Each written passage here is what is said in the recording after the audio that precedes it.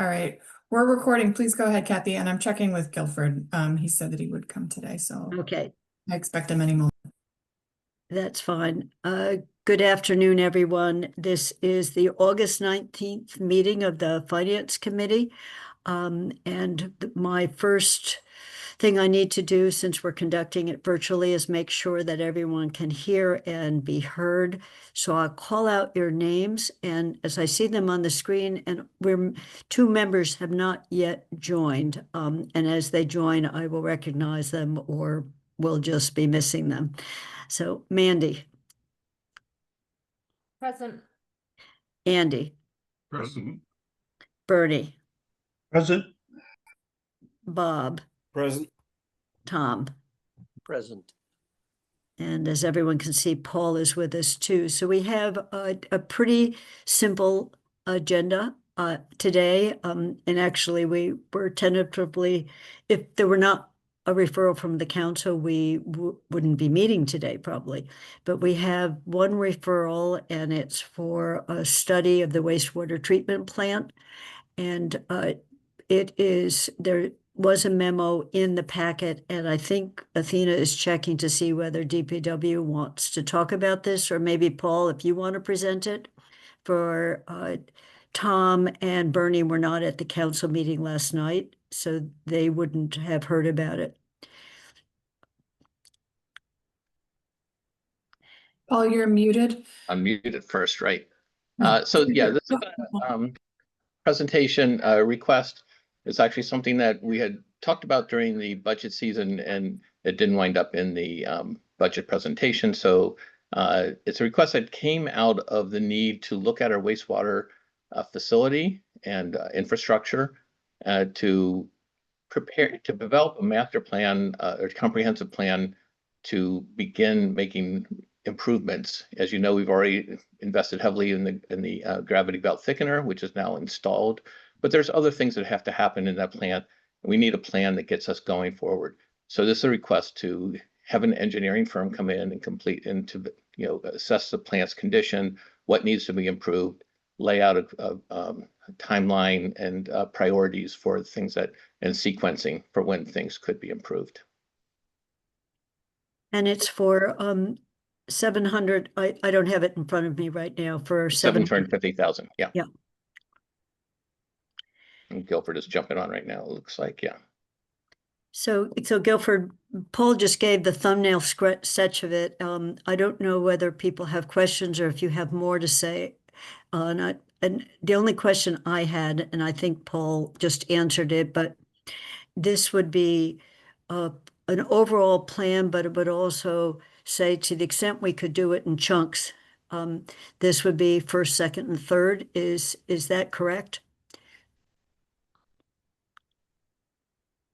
As far as executing the plan, we can divide it as we need to. The facilities plan, as we're going to do it, is a process that's laid out by DEP and goes through a whole range of items and talks about everything that needs to be discussed in the plant and how they would recommend upgrading it.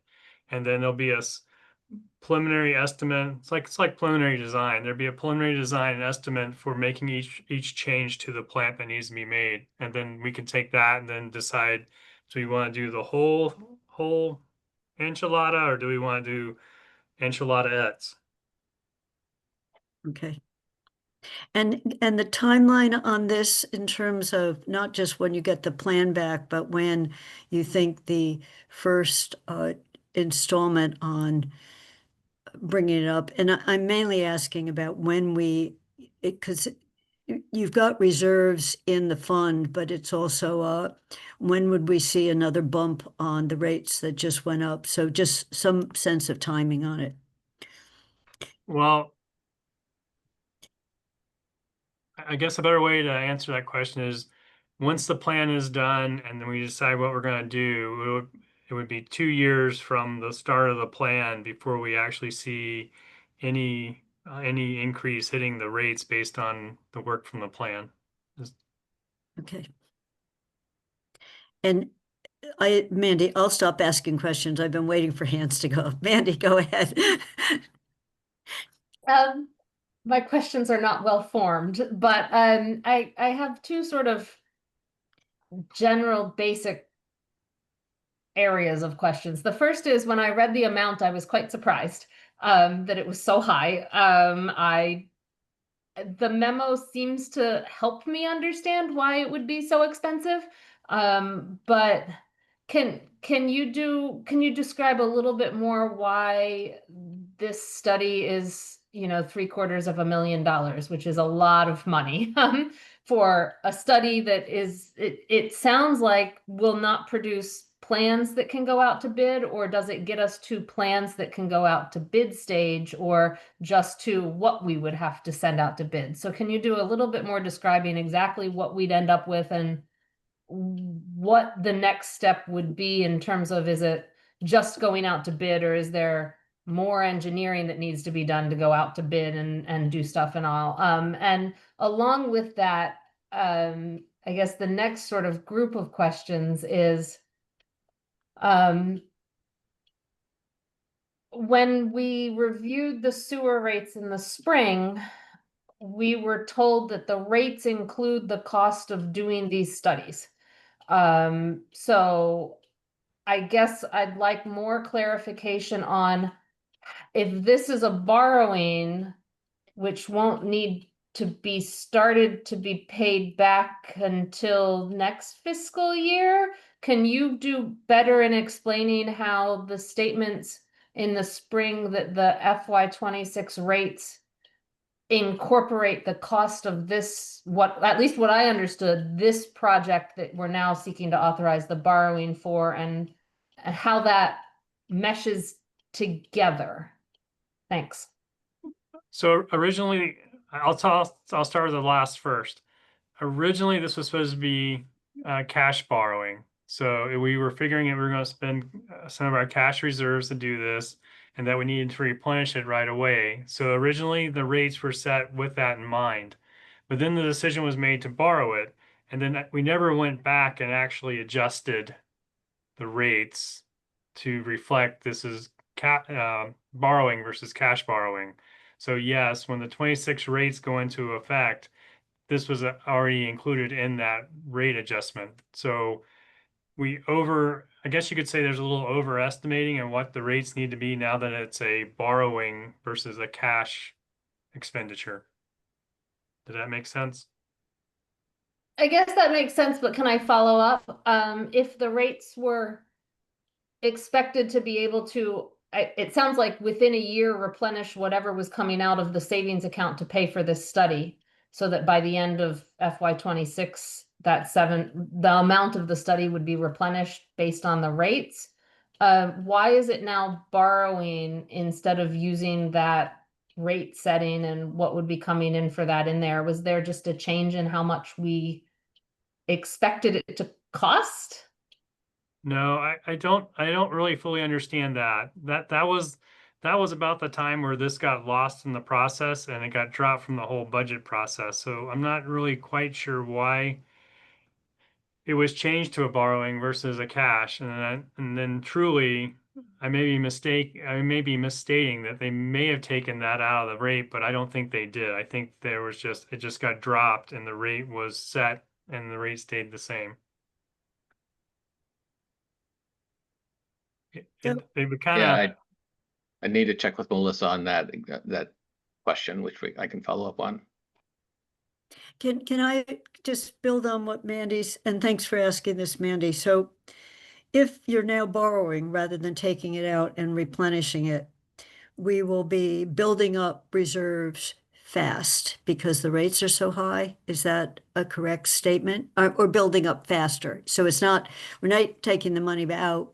We've got reserves, there are money, and borrowing is not going to take all of that money in the rates. So the rates are in fact higher than they need to be. But does that mean we might not need a rate increase a year from now? What does FY27 look like then? Just with this piece of information. There was going to be a rate increase in 27 anyhow, because we're going to start paying off There's another, I think it was the GBT was borrowed. So that borrowing will start coming in 27. So there is going to be some excess that perceivably be building up the reserve, and the rate increase for 27 could be lowered possibly because of that, because we're charging more this year. But there is going to be another hit, what we're paying for with the GBT, paying back the GBT borrowing. I don't know whether anyone wants to stay on this because Mandy had the other question of why does this study cost as much? You know, I think, Paul, it would be good to get that information just on why going to why going to borrowing, because if we could avoid going to borrowing and the rates were set with that expectation, then it's easier to have justified the rates that we just assessed to everybody. So I think the question is, do we have to go to borrowing? Could we still do cash? Is there a good reason for doing it? And then what's it look like in FY 27? Because that So- would, as Mandy's right, because that was one of the rationales for why the rates needed to go up as much as they did, to avoid completely to draw down reserves but replenish them by pulling cash out and putting it back in. Yeah. But we also increased the rates too for other operating expenses, such as Right. the sludge Sure. removal contract and all that. Which our sludge removal contract will be up next June, into June. So when we bid that and we start going into the budget process, we may find that sludge has gone up even more again. So Okay. the part, I mean, the first part of Mandy Joe's question, should I answer that now? Okay. Yes. So there's certain ways to do these facilities plans and studies. If you know you're going to do any upgrades to the actual facility and we might want to ask for maybe a loan from the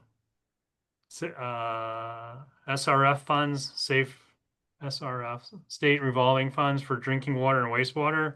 You need to do it in accordance with the policy and procedures that are kind of laid out by the DEP. So they want to see it looked at in a certain way. The process will look at, are we doing every piece of our process the way we should? What could we do to improve the process to better meet the limits and to better meet our permit, and then move forward from there. So that's how the state wants to see it. So there'll be a lot of analysis of our data. They'll be going in and looking at, what's our BODs, what's our COD, what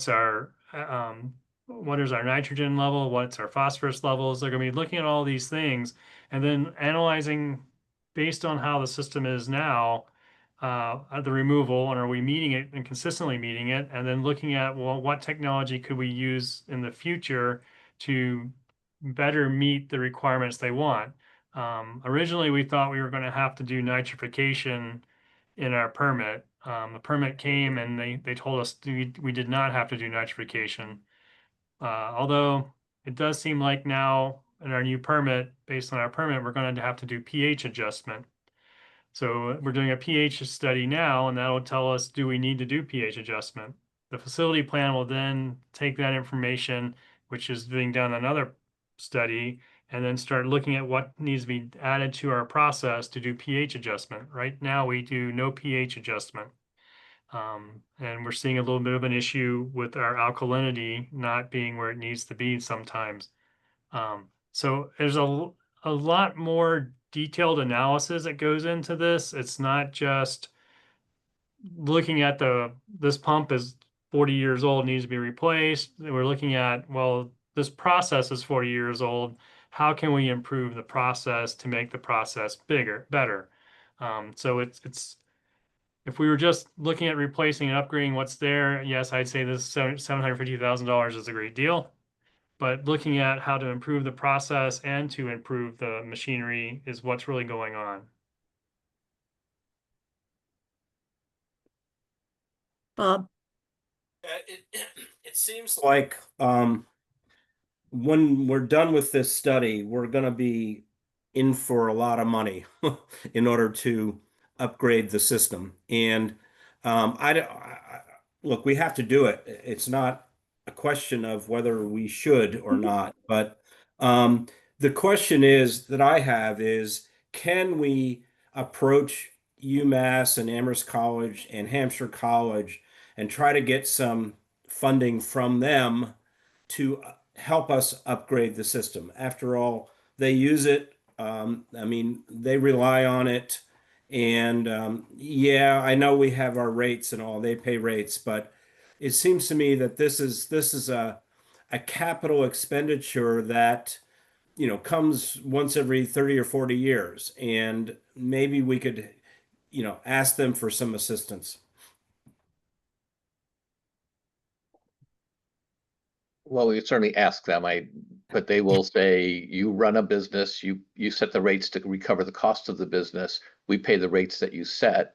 And so they pay for the usage. We can set the rates differently. And, you know, that's something we've talked about in terms of high volume users, in terms of, you know, paying a higher percentage of it versus, but I think, you know, we will recover the costs by the users, and all the users do it on a proportional basis right now.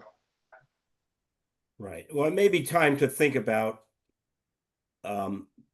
different rates for different volume users. Mhm. You know, we've kicked the idea around for a few years, but it may be time, you know, when this hits the fan, it's gonna be a big cost.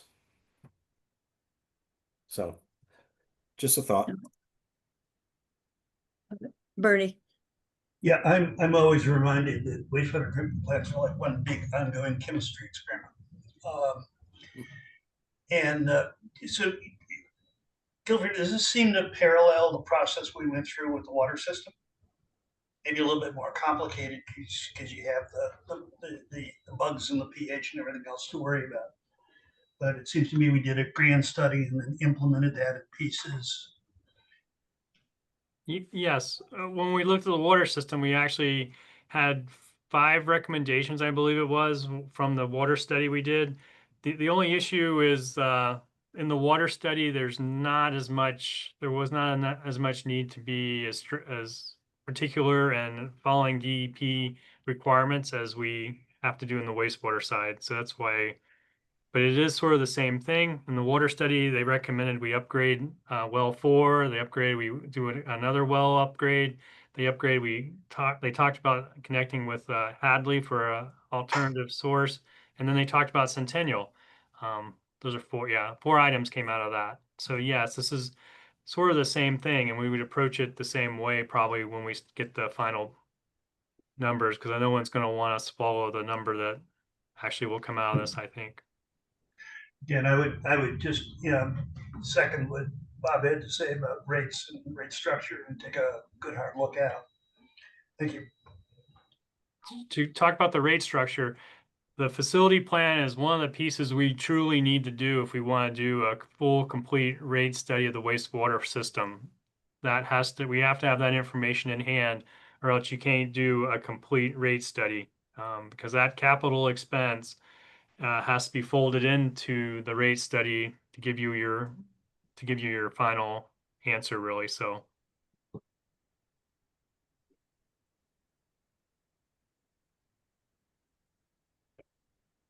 So, to follow up on Bob's, who might help us with this down the road, are there any, you mentioned the DEP following their process so we could get the lower interest out of this fund, but are there any sources at the state that help municipalities when they had this one time? I actually, when we toured the plant, Guilford, that someone told us that one of the last times the federal government was doing infrastructure and doing wastewater was when that dated some of the equipment we had, that there was federal funds that helped us out last time. And so I'm not holding my breath on federal right now. But so my question is state. And if not, I mean, we have been So I'll ask it both. Is there anything? And then we have been on record for things like the DPW building, something like the school building, setting up an authority. And what I don't know is whether wastewater treatment plants could be encompassed on something like that. You know, sort of other communities must, I think Northampton is facing a big bill for retooling also. So is there anything, should we be starting to work with our state reps to say there should be something? Those are the two parts. Yeah. In water and wastewater, there is something already in place. It replaced the federal funds that built the plant when the Clean Water Act was passed, and they started implementing the Clean Water Act way back when I was starting this world, and before I started, I guess. There was federal funds flowing in to do all this work. And then what they did is they set up the state revolving funds, and the federal government actually puts money into the state revolving funds. So SRF, state revolving funds, is already in place, and this project, any project we do in the wastewater, we could apply for SRF funds and offset the cost. That's what we did with the Centennial Water Treatment Plant. That's under an SRF loan.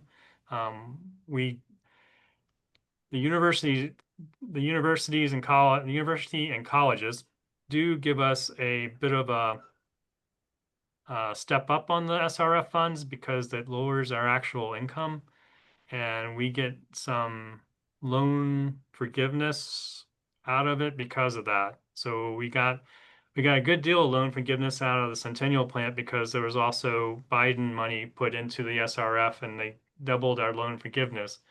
But there would be some loan forgiveness if using the current system, there would be loan forgiveness as well under SRF. So it is eligible for that loan, and it is eligible right now for some, because who Amherst is and because of the universities, for some loan relief. But not the study is not, but the actual plant would be? Yes. Okay.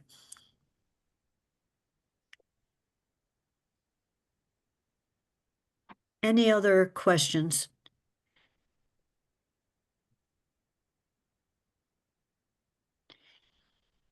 If there are no other questions, the council asked if we could get our report back, and they will be doing a public hearing on this. So our member, I see your hands up, Mandy. So I was asking whether we're ready to vote on what our recommendation would be.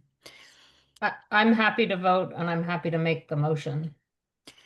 Andy, is your hand up Andy, for that yeah. as well? You know, so whichever, I also see Andy's hand went up. I'm not raising my hand to either make the motion. I'll leave that to Mandy. I think that the report question, there are things that we need to tell our fellow counselors, and we need to tell our community about what to expect and why this is happening. And I think it's important that we do that, and we also have some sense of what it is that we will learn from the report that will help the community understanding.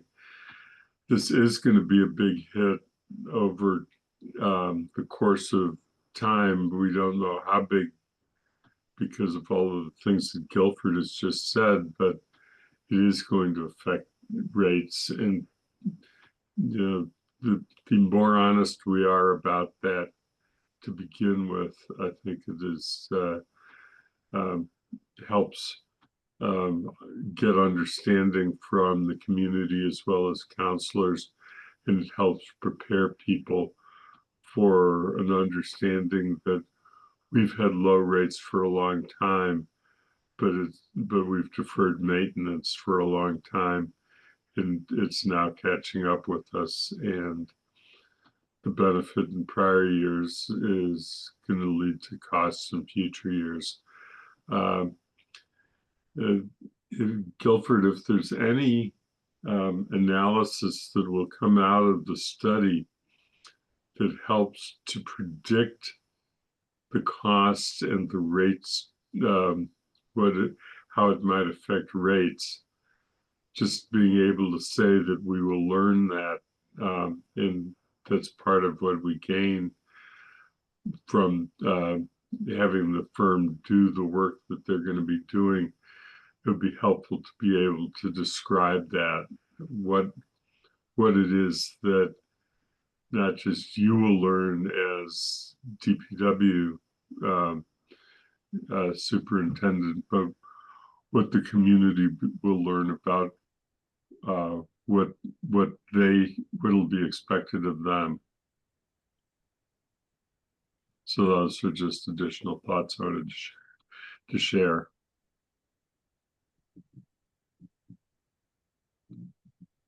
I think that was a question, Guilford. So when you do a full rate study, you have to look at all three of your money expenses. And the three money expenses are personnel, operating, and capital. So the piece that we'll get for the rate study is the capital piece. So when we get the preliminary estimates for what needs to be done, you can take those numbers and you can plug those into the capital expenses. And then if you kind of given a rough estimate of how you want to tackle that capital expense that you want to do, you want to break it up. Say there's five major areas in the plant that need adjustment and you want to do one every year or one every 2 years. Then you can lay it out in your capital expenses, and then that feeds back into the overall plan of how you're going to set your rate. Because then you know that roughly based on this preliminary number, what your capital expense is. And that's what we're missing when we do our capital analysis now, our rate analysis now. When we do our rate analysis now, we have a capital number, but it's not got the upgrades to the plant in it. It just mainly has small upgrades or small maintenance items at the plant, and it has maintenance on the pump stations and collection system for the plant. So this is the biggest piece that'll come into that rate study, and probably be the biggest driver for the rate study. With that, and as well as the facility plan will also tell us what they think our staffing should be at the plant once we make the changes. So that'll affect your personnel number and tell you what your personnel should be. It'll also tell you that if you're doing these capital changes and you're upgrading from 1970 technology and 1970 power usage, you might see a savings on your operating costs as well. So these things all go in to give you a finer tuned rate analysis than what we do now. What we do now is we kind of just analyze, well, this is our staffing, this is our operating costs, this is what we project as our operating costs. Next year, there'll be a 5% or 4% increase in power. There'll be a 20% increase in sludge removal. That's how we do it now. But taking the facility plan and the information from what needs to be done capital wise, and then what you expect to be changes from the capital improvements, and then how you expect to lay it out, that will all go into your rate analysis and give you a finer number for what you think your rate analysis should be for the next, or what your rate should be for if you want to do a 10-year or a 20-year analysis over it. So it's a big piece of that rate analysis. So in terms of, I mean, Andy is leading, you know, we put that sentence in, your last sentence in, Andy, on you know, we haven't done major expenditures in the past. We put that in when we explained the rate increase in May. So I guess any additional information, so the big parts of the plant that we're looking at are 1970, that's when we purchased, or any earlier than that? No, the plant we have now was installed. It came online in 1979. Okay. If you're there visiting, the little electrical shop to the right, that was the old plant. Okay. So so we can put some of this information in, and then I noticed you chose your words carefully, that newer technology might yield operating savings, you know, and newer technology might influence staffing, and hopefully in the lesser rather than more, but I'll leave it as might. you know, since the direction isn't, you know, and I don't know, you know, you had laid out some of the operating costs, but things like electricity and just supply things that you're buying. But is the current plant a heavy user of electricity? The wastewater plant is the largest user of electricity in Amherst. Okay. Well, in the town of Amherst realm. I think UMass is pretty heavy in electric usage, but out of all the town facilities, the wastewater plant's the biggest user.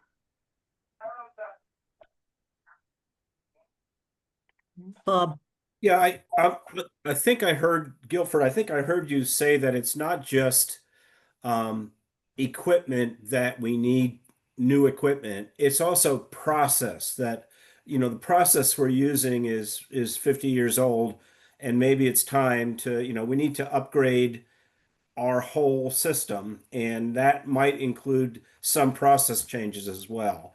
Is that correct? That's correct. Yeah.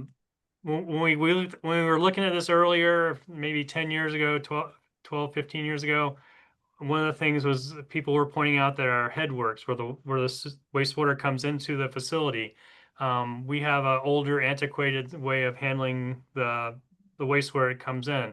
There's newer technology that helps you take out the gravel, the rocks, the t-shirts, the rags, that actually gives you better life in your pumps in the plant. We don't have that installed now. The aeration basins we have are mixers. It's basically a martini glass. You stick your martini glass stirrer in and you stir it to aerate the mixture.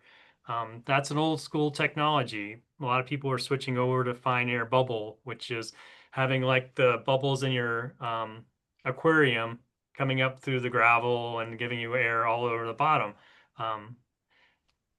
So yeah, some of our technology that we use, our chlorine system, we're doing a chlorine study now, but our chlorine system is an older, antiquated system.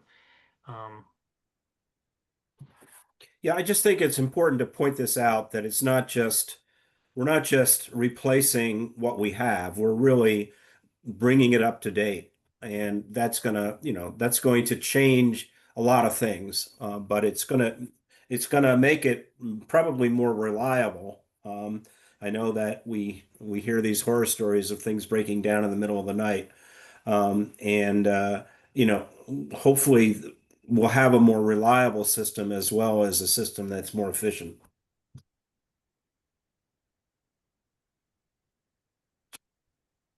Andy, and I'm taking notes. Well, we'll have Zoom too, but what we'll do, Guilford, is draft a paragraph on what's old with some of these examples, and then you can fix it if I didn't get it quite right on That's fine. and the terminology. Andy. Yeah, again, we're still focusing more on the report right now Yeah. that come out of the motion that Mandy's going to eventually make on our behalf. But you had mentioned about possibility of lowering costs on power usage, and that this is the biggest power usage currently of town facilities, which makes me think back on the whole question of our net zero energy efforts. And I'm assuming that, but I don't know whether this facility, where it falls in under that particular bylaw and policy, and whether it does or not, whether also in thinking about solar panels or other techniques to generate electricity and reduce power costs might be something that ought to be considered too, or whether it would be considered in the thinking through the design of the work that needs to be done. So I guess that's partly a question as to whether that's feasible to reduce our future operating costs by thinking about options like solar in what's being developed. They so this is kind of like the discussion we had with Centennial. The site's not big enough to totally power the entire facility with solar. So if you wanted to use, I mean, the facility runs almost entirely off electricity. So there's only there's a boiler for hot water, and there's a boiler, there's a and heat. So heating would be one of the things that you could look at for net zero, and then and heating and cooling. But then there's the site's not big enough to actually have enough solar panels on it to actually run the whole site. So you'd have to net meter from another facility, another solar farm somewhere to get you that to net zero. But it can be looked at. So I know UMass didn't want to, there's some land on either side of it that's UMass land, I think, so if you needed more, since they're putting solar panels everywhere, so this might be a place where we could think of approaching UMass, I'm just saying if it made sense to think of solar panels freestanding and then feeding back to our meter. Yeah. Mandy. Andy's question brought up that I think the net zero bylaw exempts the systems themselves, Process power, yeah. the power that would be used to run the system, but not the heating, not the computer use or lighting or things like that. And so should this study look at how many would the amount of upgrades that we are doing to this facility that this study is going to tell us we need to do trigger the bylaw? And if it does the study cover plans for how we would make sure the portion that needs to be net zero under the bylaw is covered with like solar panels and all? Would the study comprise making sure the bylaw is complied with? Actually, I think most of the issues, most of the electrical uses in there is process equipment and falls under that exemption. So you are only talking about heating and hot water, I think, is what would be discussed. There's actually a couple of technologies that have been brought to the plant, and people have talked about putting them in the plant, and we've talked about piloting at the plant for heating and for actually generating electricity. And those will probably be looked at again as being usable at this time. One of it is taking heat and taking cooling from the wastewater itself to heat and cool the plant. The water that comes into the plant is almost always about 50 degrees, 50, 60 degrees. So if it's really cold outside, you can take some of that water and heat and preheat your air temperature, and then you have less of a demand for what you're going to raise up to the occupied space temperature. You can maybe possibly use it's basically heat pump technology to pull out the heat from the water to heat the space. And then in the summer, you turn around, you take the cooling properties of the water and you cool the space with it. There's several companies that approached us about that in the past about doing pilots. I assume we'll probably look more into doing that if we make these changes. It makes a great deal of sense.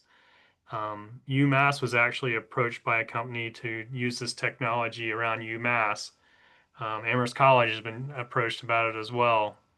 It would just take they're basically heat pumps. They're used a great deal in China, and one of the companies that was doing a pilot with us or wanted to do a pilot was from China, and they kind of ran into some issues being Chinese. And not being an American company, they couldn't get the grant to do it. There's also people may not like this, but as well, but there's also a process called pyrolysis. And the process of pyrolysis takes the waste sludge, and basically it's an high temperature incineration process. And it does two things. The first thing is when you're burning the sludge so you don't have to haul it off. So that saves you in cost. The second thing is that going through the pyrolysis process, the temperature is high enough to destroy PFAS that may be in your sludge. So those are the two benefits of that process. EPA is kind of pushing for places to try it, so that will probably be something that's looked at as well. But that's sort of a well, it's kind of a in the industry, it's considered kind of a green way of addressing your sludge disposal and a green way of powering your facility. In Amherst, it may not be considered that, but that will probably be looked at as well.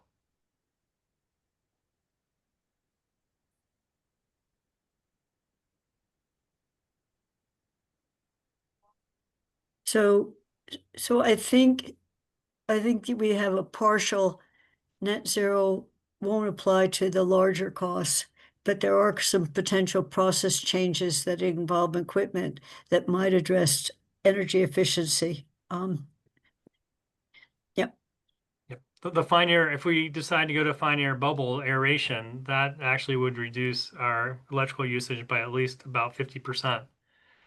The big mechanical mixers we have right now are very, very heavy users of electricity and very, very big. You're just stirring a big pot of water. So it takes a lot of power to stir that pot of water.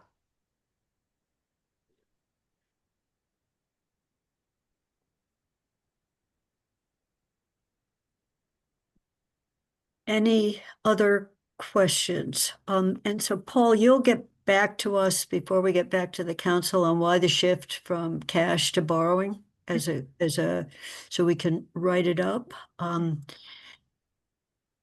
Are we ready to have a motion? And I'm looking for any hands up. And I think the answer is yes, and Mandy's ready to make the motion.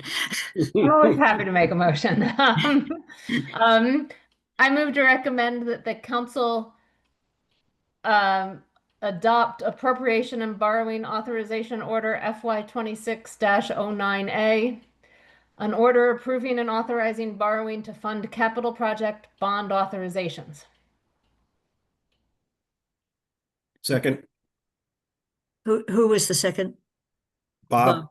Okay. If there's no more discussion, I will call out names for a vote. Mandy, Aye. Kathy is a yes. Bernie, Support. Bob, Aye. Tom, I support. and Andy. Aye. It's unanimous with one counselor and one resident member absent. So well, now my notes got even more complicated because I have words that I don't know how to spell, but I can look them up. And so I will attempt to. It's PYROLYSIS. Okay. So I will do a draft, get the technology piece to have Guilford's eyes on it, and we have 2 weeks for this, so I'll try to get a draft maybe by the weekend and let Guilford look at it first, so we don't have to try to edit the tech part, and we just get what I think Andy's absolutely right, to the extent we can. The message is going to be, this is the beginning of what will be a larger investment. And we don't know it yet, but once this study is done, we'll have a better sense of how it's going to hit rates for the 3 different areas. And Andy, I we used wording last time is that we haven't kept up with maintenance. I think some of this is not just deferred maintenance, but we've got a whole system that needed this kind of analysis rather than just going through, from what I'm hearing from Guilford, it wasn't like we should have done this pump and we let it go. We've got, when I hear that the flow is bringing in rags and rocks into and breaking down pumps, that's something that you want to do all the pieces together rather than some. So I think trying to capture that it's not just that we've been turning our backs away from this, but now the time has come, we actually have to do it, or else we risk failure. So I'll try to capture that, as well as the notice that the rates they just so will be going up in the future. We just don't know to what extent. And anything else on this? So it's a 1:45 or 10 of a 2:45, 10 of 3. So I wanted to just have a quick discussion to organize ourselves. And I've got a draft of some questions I think we might want to ask of the town and of the school superintendent, that are sort of timing questions, not so much data questions. And I'll put them up on the screen if that's okay with people. And this is terms of organizing ourselves for the fall. So let me see whether I can magically do this right. Document. Here it is.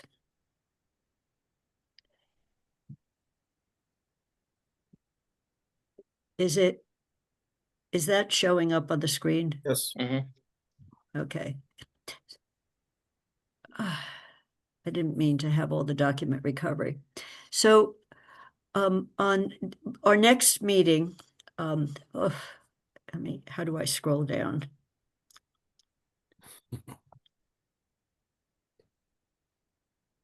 Okay.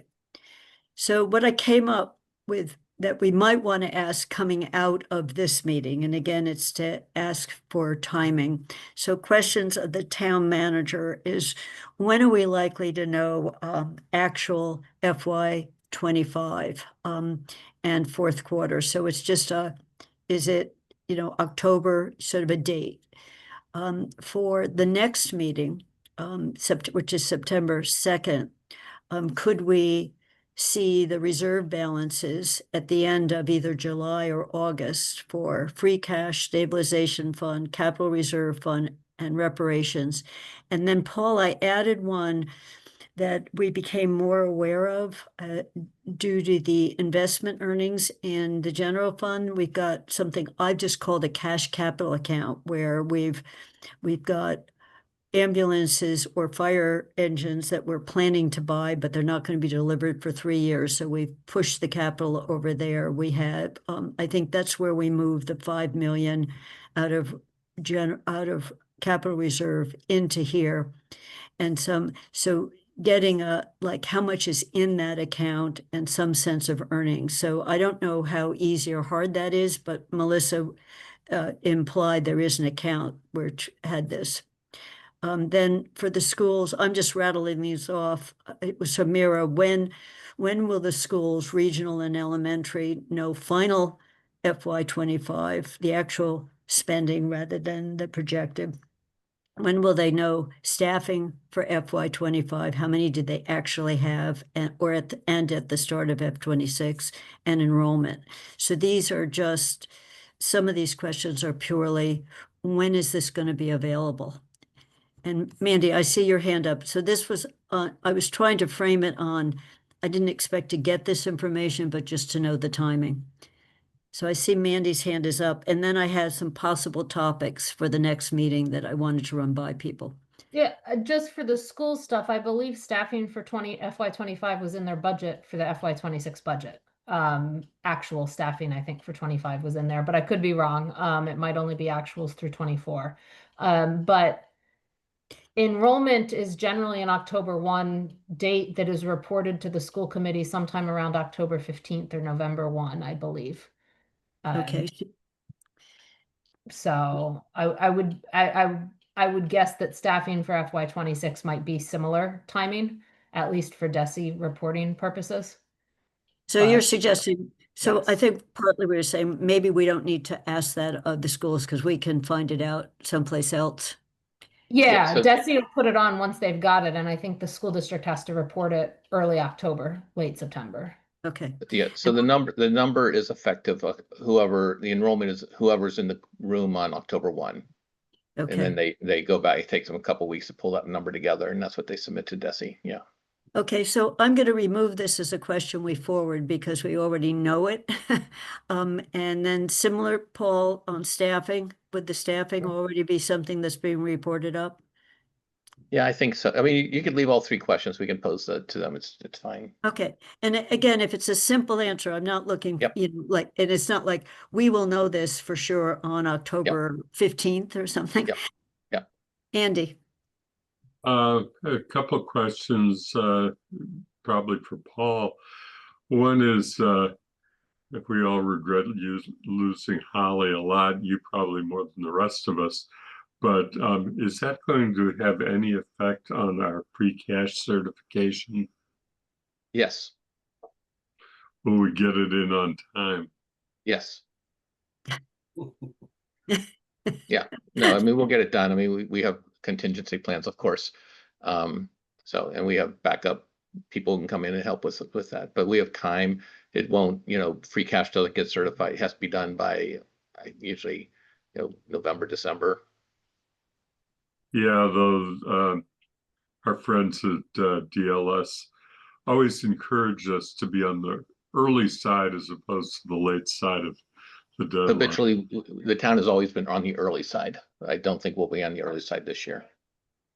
So that's one set of concerns that I've had in trying to think through how our timing goes, because until we get free cash certified, we can't take that step that Kathy was kind of alluding to, as to things that we will be planning for. What do you do after?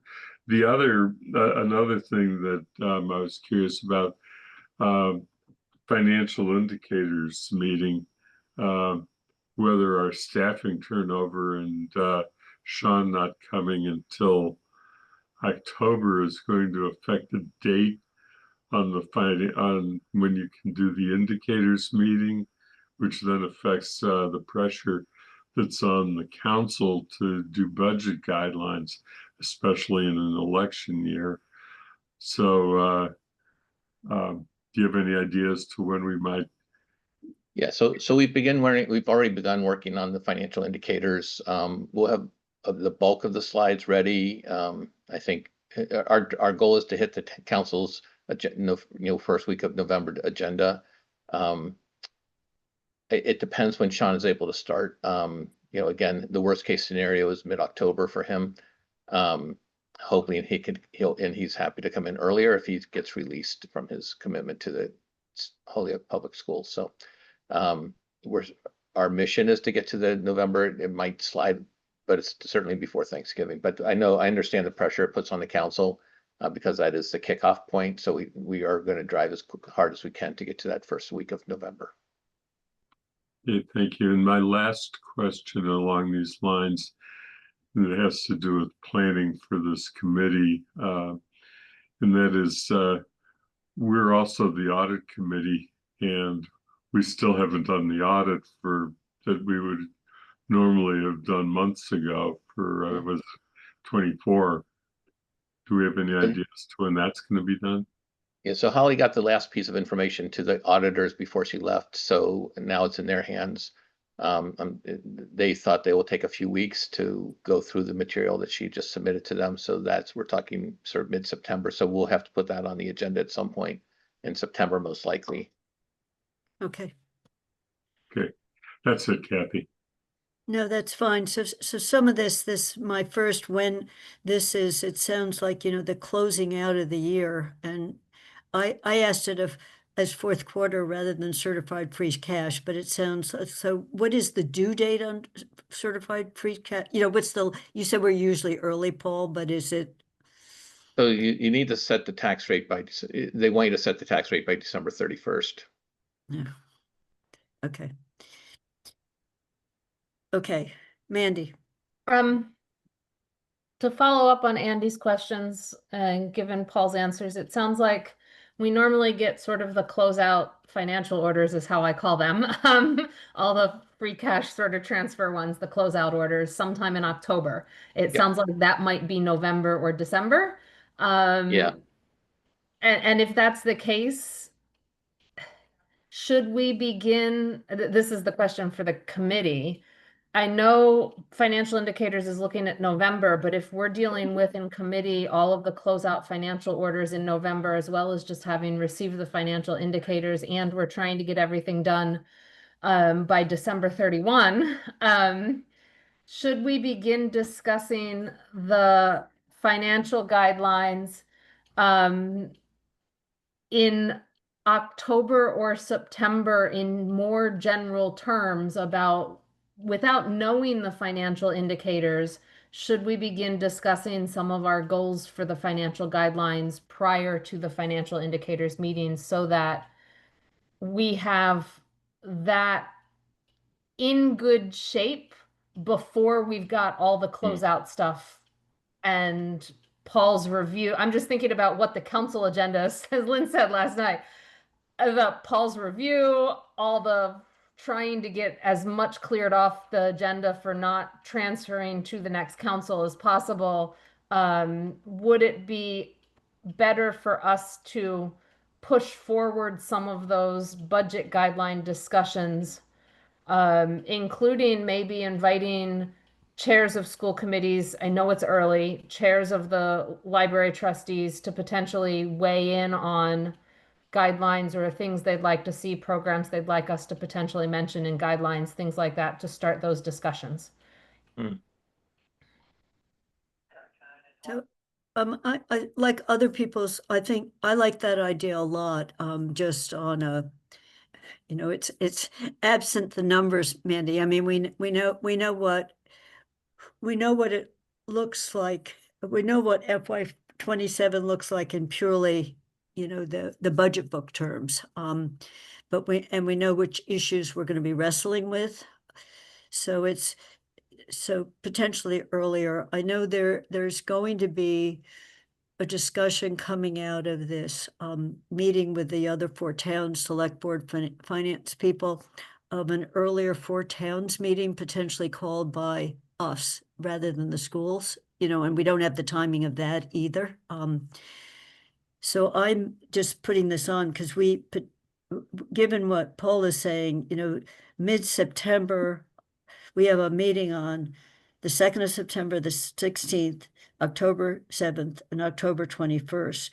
We likely have a pretty light agenda in those time periods if we're not getting 4th quarter certified free cash and other things. So we've got time in in those meetings to begin a discussion without saying like, what's the date we start it? Yeah. Does that seem right? I'm somehow with the way I've got my screen, I only see some of the people here, but I'm seeing people nodding their heads. Andy. Yeah, I mean, the other thing is, and you've kind of alluded to it, I just want to attach the formal words to it, is whether thinking about a budget coordinating group meeting and if so, where that would fit into the schedule. I guess I still think the right time for that is when the indicators are ready, not before that. I mean, that's when we've pulled together a fair amount of information, but that's a personal opinion. Bernie. I would suggest that if you can do a budget coordinating committee early, that you do it early based on the feedback we're getting at the charter review. Most of the comments we make have nothing to do with the charter, but everything to do with the way the town operates. The earlier the better. The caution here is that the first numbers people hear, they're all Tankard on. So you've got to be very careful. I'm saying you because I'm assuming the council will replace me. you gotta be careful throwing those numbers out, and you might want to do a low range or a lower expectation initially. But I think the earlier you can get the budget coordinating committee together, even though they're an advisory board, the better off we'll be in terms of getting word out, especially if things are looking pretty grim. Okay, I'm using this as notes here, and I can then separately meet with Paul offline to try to figure out what makes sense for anything else. So we've got the auditor's report coming in too.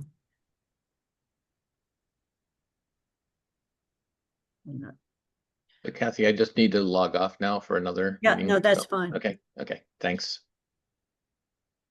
Okay, so then for September 2nd, these were some initial ideas for the second, and I'm going to just send this out to everybody because this was just me trying to, right now, we don't have anything specific for September 2nd. If Paul can get us this question on reserves that I listed up above by September 2nd on where are we as of July, we had it where we were as of March, I think, in the budget book. I just wanted to get a sense of this cash capital reserve, and my sense is the free cash we drew down on for bangs, so it's at like 2.5 million. We had an accounting for that, but I want to look at it with interest. So we might have that to look at. There was a suggestion when I talked with Paul, and it might be good to get a review of what bond rating variables are looked at closely. So that would just be a reminder of what the bond ratings depend on. We may already know this, but I would like to have us see in print, the final state allocations for FY25, FY26 for these. I saw the Chapter 90, and as some of you probably remember, Chapter 90 disappeared from the budget book and disappeared from JCPC. I just wanted to make sure we had on record. So this was my list. And then it's one other item that I have mentioned to Paul, and when UMass built the new dorms with a public-private partnership, the apartment buildings are on UMass land, but they're privately owned. They set the rates. Are they taxable? Is the building taxable? I'd also become aware that UMass has on their property, they're running hearing clinics where you can go in and have your ears tested with audiologists. You can buy hearing aids. Is that a commercial activity? Is that building taxable?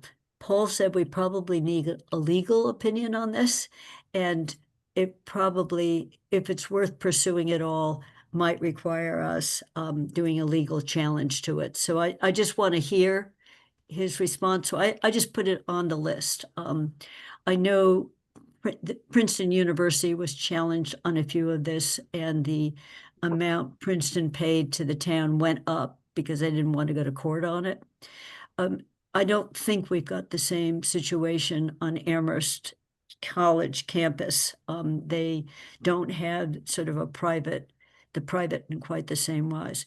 So that was just a tentative list for the second, not out of my head. So I wanted to find out which of any of these people don't like, and are there any topics they would want to put on? And this is in the context of also planning for the fall. So I just had, we can come back and review indicators, starting early on guidelines, Mandy, so I didn't put any of those on. Mandy. I would add guidelines. I'm looking through our current guidelines for, I guess, FY 26, 25, or an old set maybe, that, I think there's certain sections that we could actually focus on prior to indicators easily. We might, given the discussion we had today on water and sewer, I think we added a section on water and sewer and enterprise funds last year. We could probably certainly focus and have some preliminary discussions on, budget guidelines for that absent numbers, I know we don't have numbers, but what are our goals for those, right? Where should fees be set? What should they be covering? What do we want to accomplish? Things like that. Capital, we might be able to do some of that too. I know expenses, the operating expenses are tough to discuss, but maybe we should start that discussion despite not having projections on how much we might have to spend. Maybe it'll be a little easier to have a discussion when everything is theoretical in a sense, when we're not trying to plug numbers in. I did like the allocation, the reserve discussion, because that does go into budget guidelines too. I think we talked about where to put proactively, where would we allocate reserves in the fall in our last budget guidelines, right? And so we can look at what we said, remind the manager what we said in those for this fall when it comes, and say, are we thinking about changing those priorities for, fall of 2026?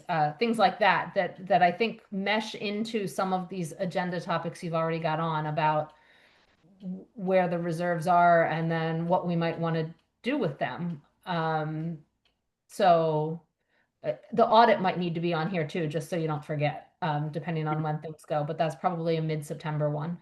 Yeah, more than one. Paul seemed to say mid-September, but Yeah. I'll put it on here. Yeah. And I do like the idea of having a discussion about commercial enterprises that UMass runs. Given that we've already sort of gotten agreement with the UMass hotel, with UMass regarding the UMass hotel revenue, and all. And so I think that might be an interesting discussion to have that could also lend itself into either financial guidelines or manager goals eventually. So I do like that one as a discussion because I think it blends into what we as a committee need to do in the next 4 months to what our main goal is, which is financial guidelines. Andy, and as Mandy put a few on, so if people, I'm adding them because I like them. So Andy, if you want to either add or comment on what Mandy added, that'd be great. No, I think Randy actually covered some of the territory I was going to do too, but I'm going to add to it. But what so I have two things. One is when you talk with Paul about what is labeled final state allocations, and then you list those categories.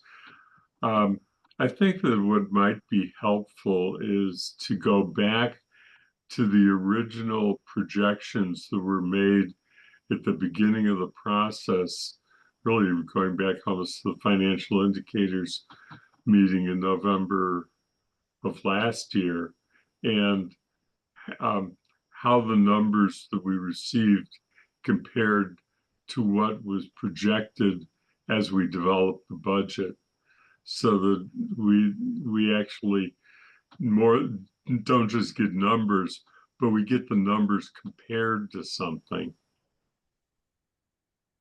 So does that make sense? Yep.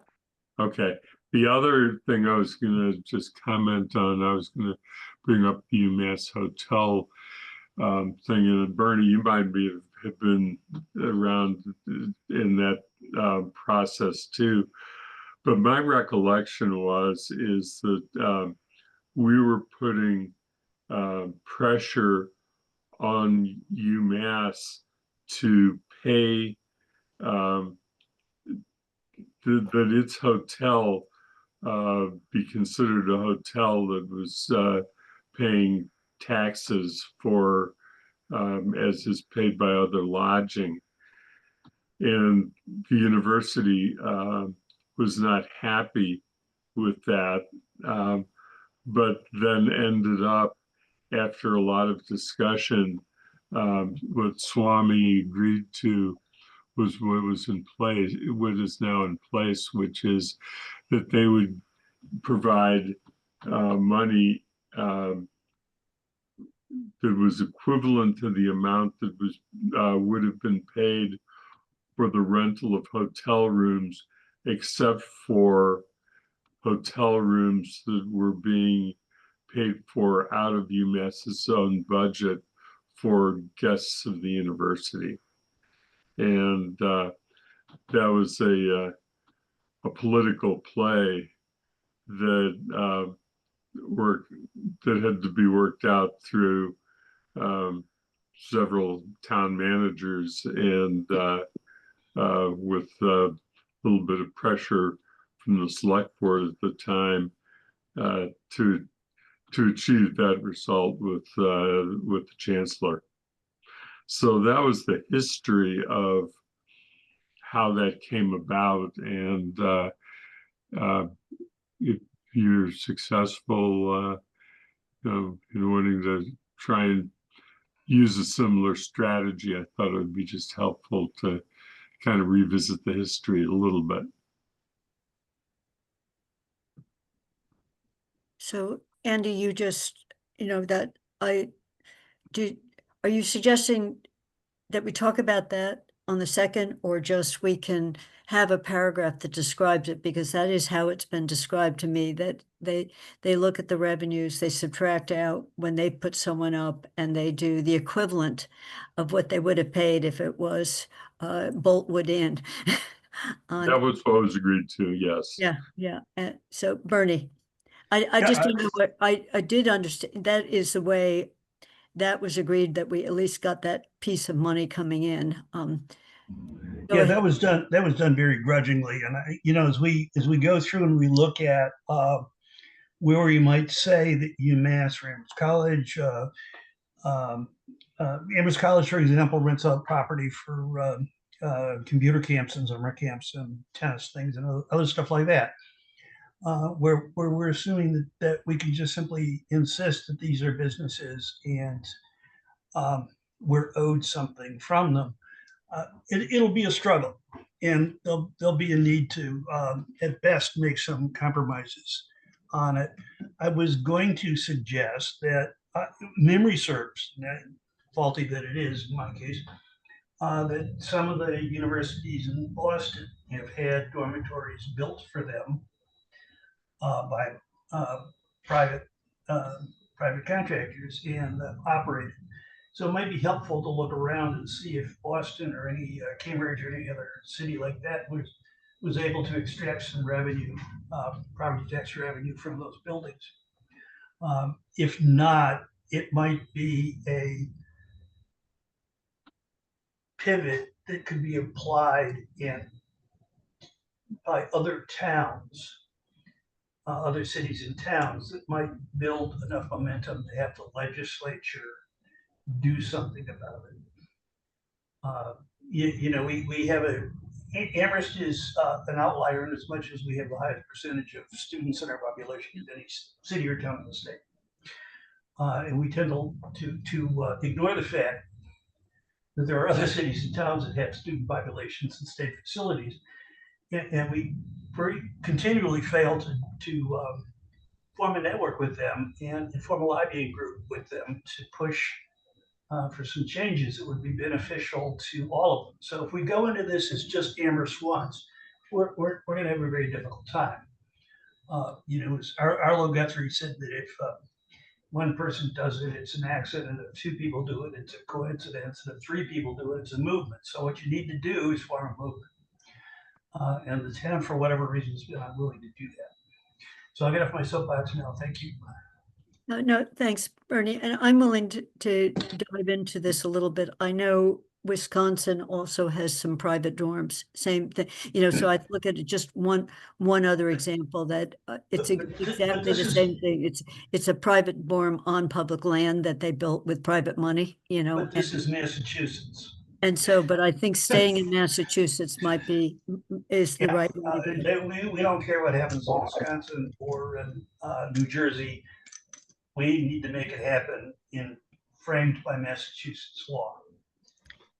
There's some lesser elements, at least one of the entities in town that used to cater meals and cater parties was upset when UMass started catering off campus, including providing Thanksgiving meals. You know, at what point is UMass stepping beyond feeding the students on campus to feeding the town without pay, you know, they may pay a sales tax on that, but it's not the same as the actual place, the way the restaurant has to pay a property tax.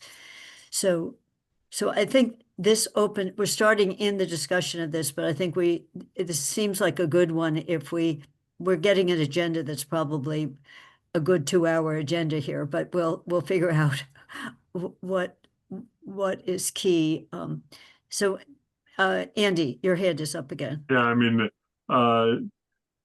when you're looking at 4 Ps and in Massachusetts, it might be worth somehow reaching out to the hosts of 2 other campuses, in particular Dartmouth and Lowell, and seeing if they have any 4P program properties that are attached to those campuses, and if there's any experience from them that we can learn from.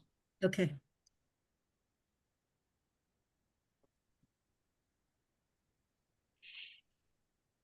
So it's 3:17, and I think in terms of the agenda for the September 2nd, we have a full agenda. You know, I don't know of any financial orders coming, but if we get the reserves information and starting a review of guidelines, bond ratings might or might not fit into this. Audit is more potential for the 16th.